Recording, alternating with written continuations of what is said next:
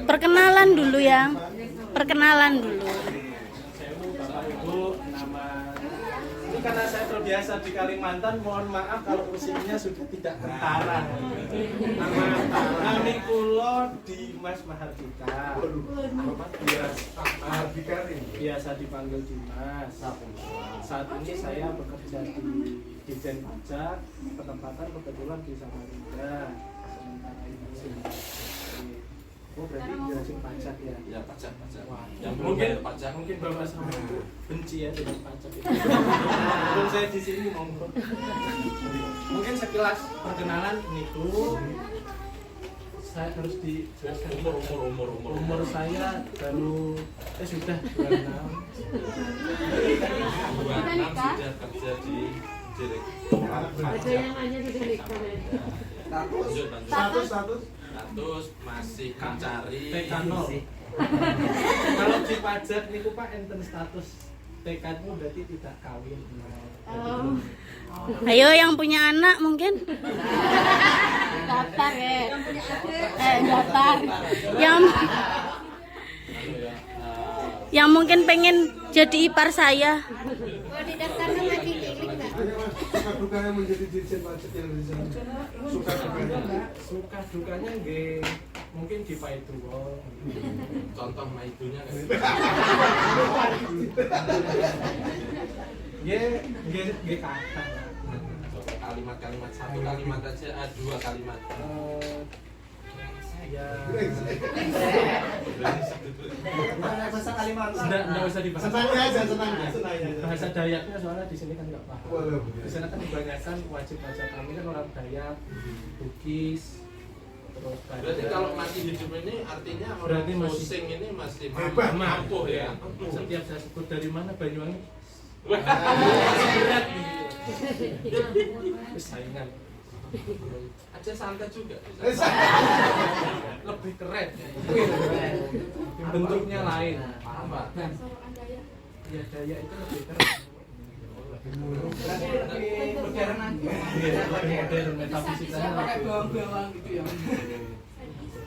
Ada lagi yang ditanyakan ayo apalagi sebelum dijelaskan tentang pajak ya Sebelum masuk ke pajak. Ya. Jadi saya jelaskan pajak itu kan seperti Pengalaman aja. bisa masuk juga.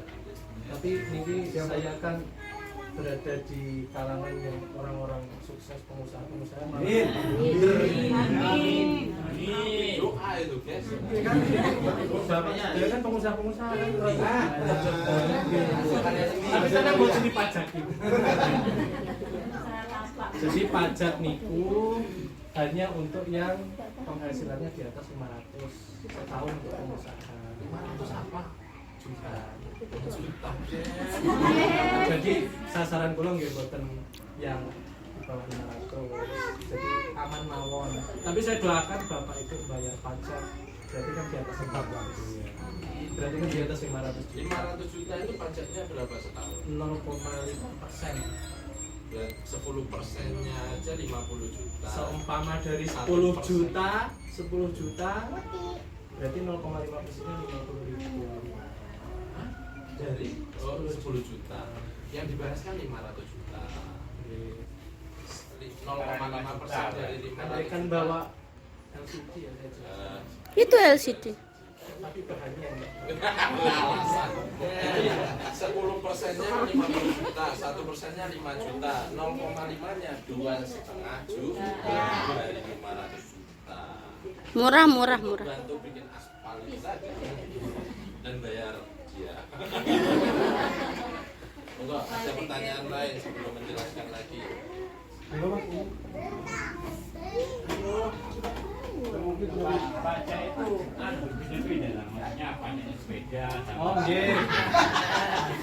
maksudnya cara sampai Itu pertanyaan bagus. Pertanyaan bagus. Ditampung apa langsung dijawab? Besok aja nih.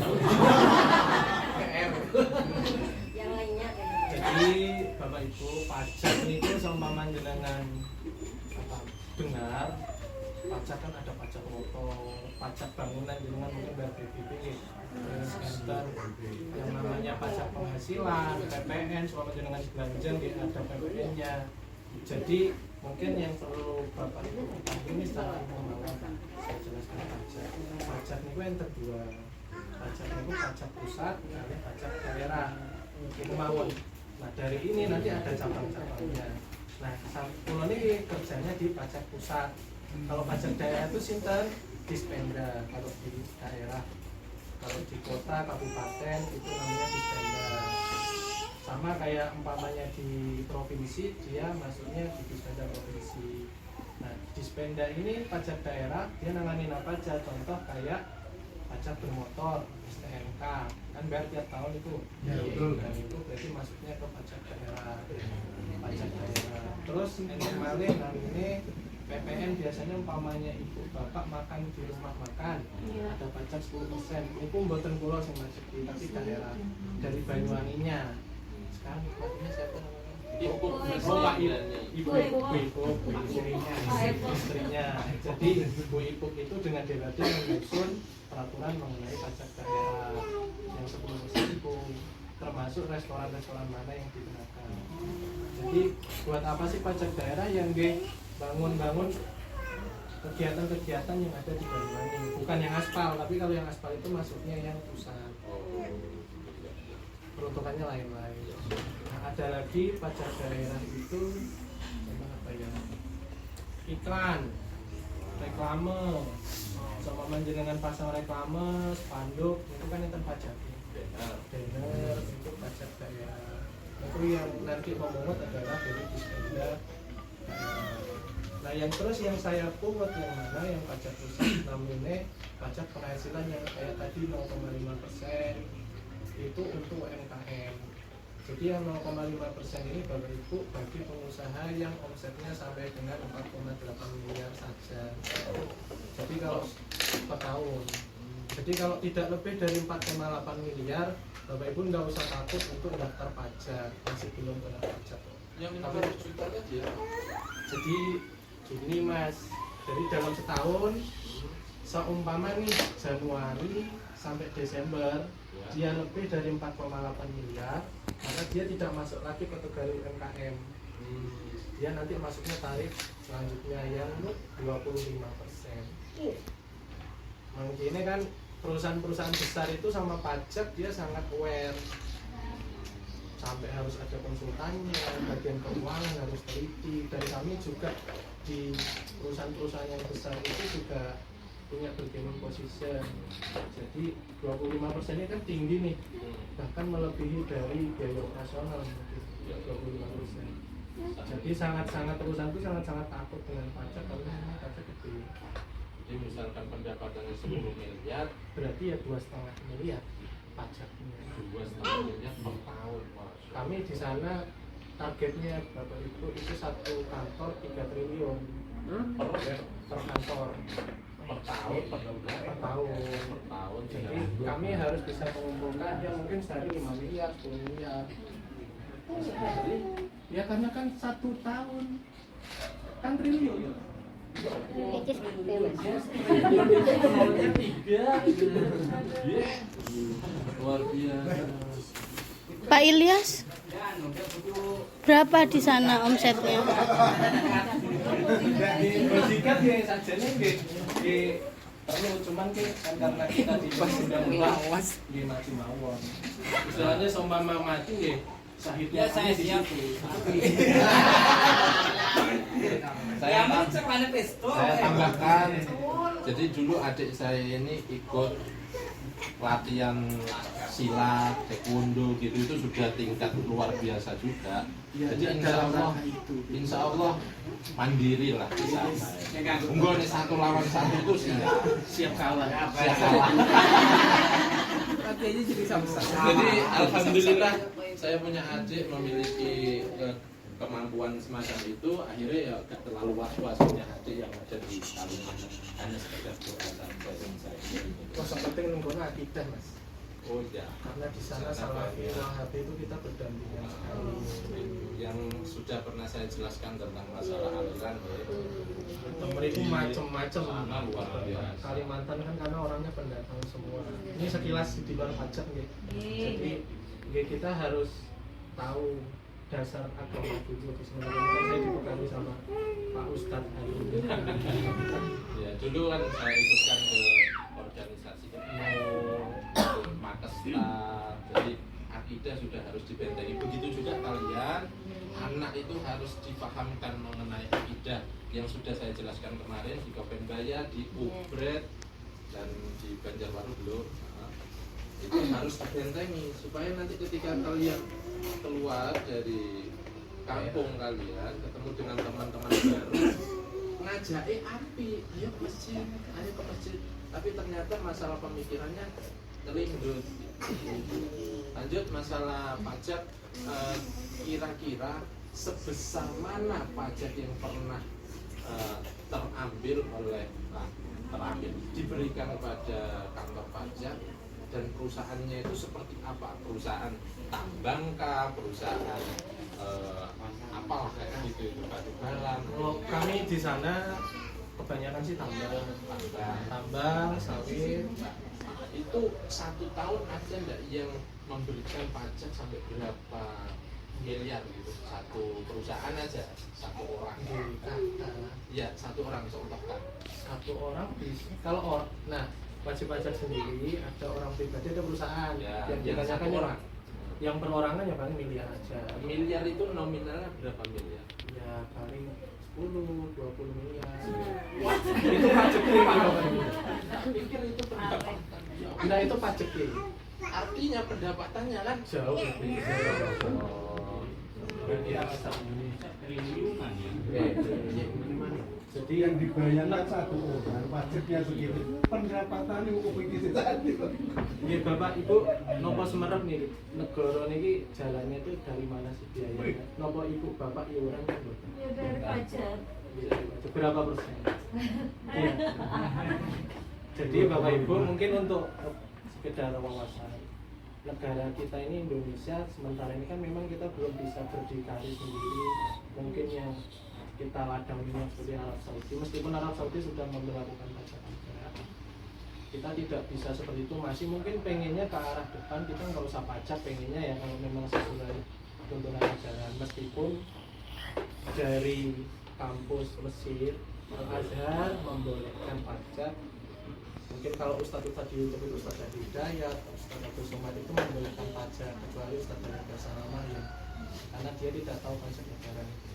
Jadi konsep negara kita ini Bapak Ibu, kita berjalan di atas ya pajak itu tadi. 80% penerimaan kita itu dari pajak, dari bea cukai, dari pajak, dari semuanya.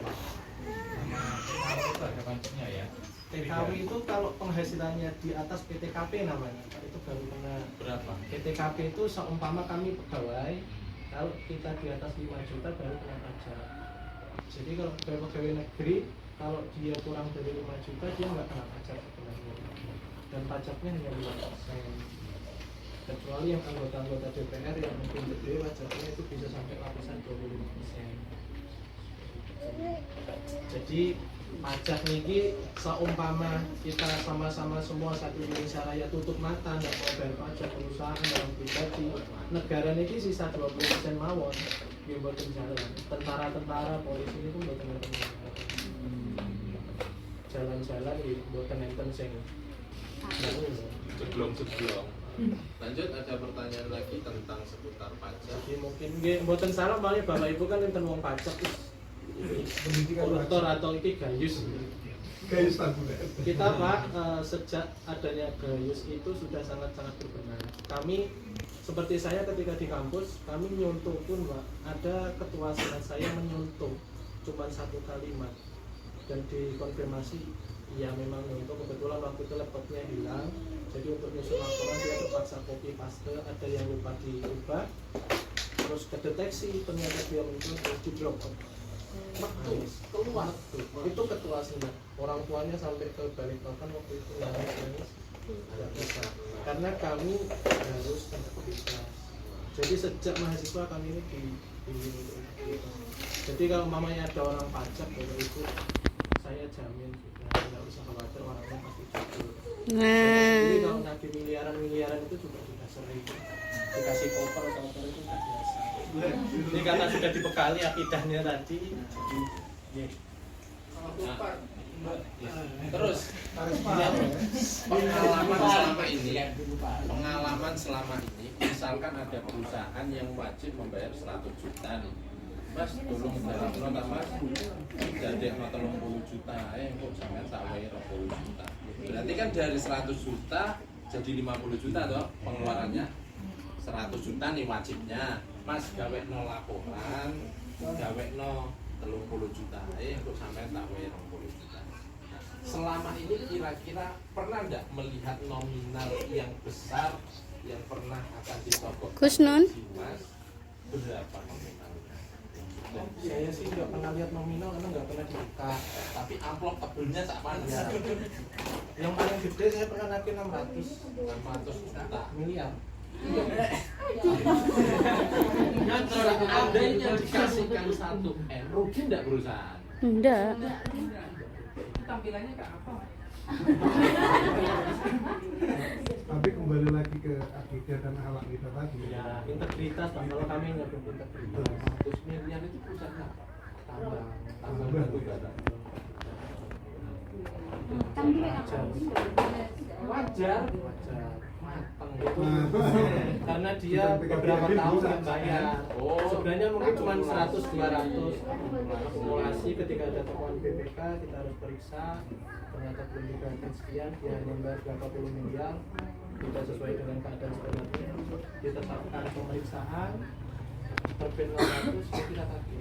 Jika perusahaan itu tidak membayar, apa yang akan dilakukan oleh tim? Ada namanya penagihan pajak. Jadi penagihan pajak ini ada urutannya. Sama seperti putusan pengadilan, jurusita pengadilan, ya kita sita-sita semua. Perusahaannya adanya tutup. Ya kita minta data ke pusat apa aja yang dipunyai, apartemen, tabungan, semua kita blokir ini. Justru malah tambah rugi ya kalau misalkan. Bisa jadi rugi, bisa jadi sudah datanya udah kemana-mana. Kebanyakan sih gitu. Ini ada yang daftar mau jadi pajak. ATI itu maksudnya berapa? ATI. AKTI. ATI tantangan lindung. Hutan tanam lindung. Nah pajaknya PBB, masuk PBB 3. Kalau tarif penjelasannya Kak panjang. ATL bukan HTI. Bukan HTI. Lindung padahal ini ya yang disebutnya. Hutan tanaman industri mungkin. Hutan tanam lindung.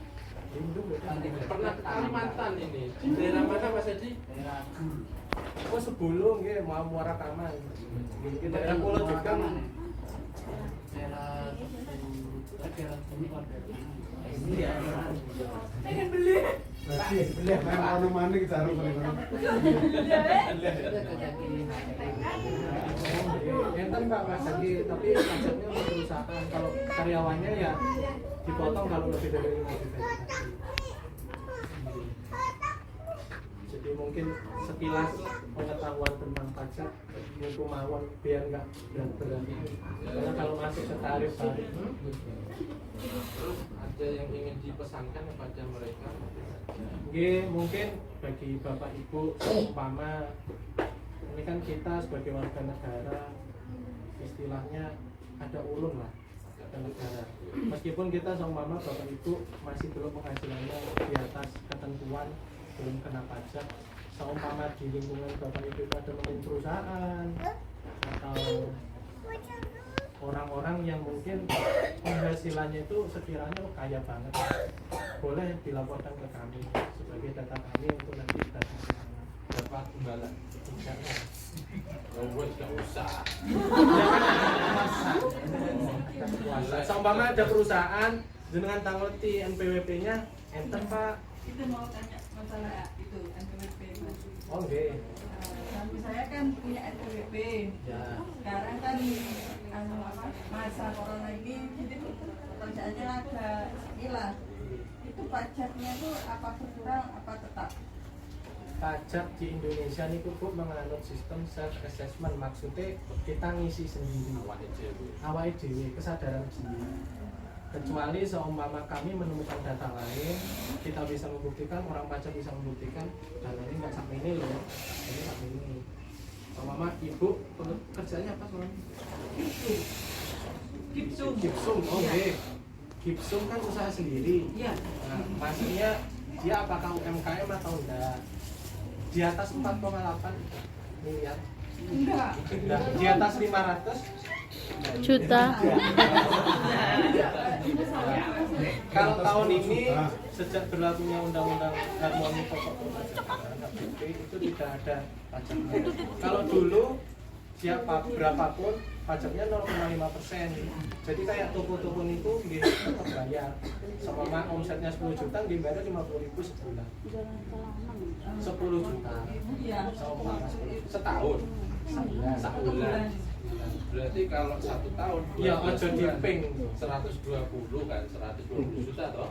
Kalau 1 tahun, Ya, maka 50.000 dikali 12. iya. 600.000. Abot kalau di Dipikir. kumpulkan. Tapi kadung 120 juta penghasilan yang dia buatan Oh iya. Ada nggak suatu saat nanti pihak pajak itu datang menguti yang kecil-kecil itu? Intinya bisa. Soalnya pemerintah sudah mau kolek ini. Bikin BPJS. Mungkin nah yang sering kali jadi polemik kayak wah sepenangkut kena pajak. Ya. Itu karena kan framing dari media seakan-akan asap. Padahal yang kami maksud itu emisi karbon. Itu untuk pabrik-pabrik yang gede Bapak Ibu.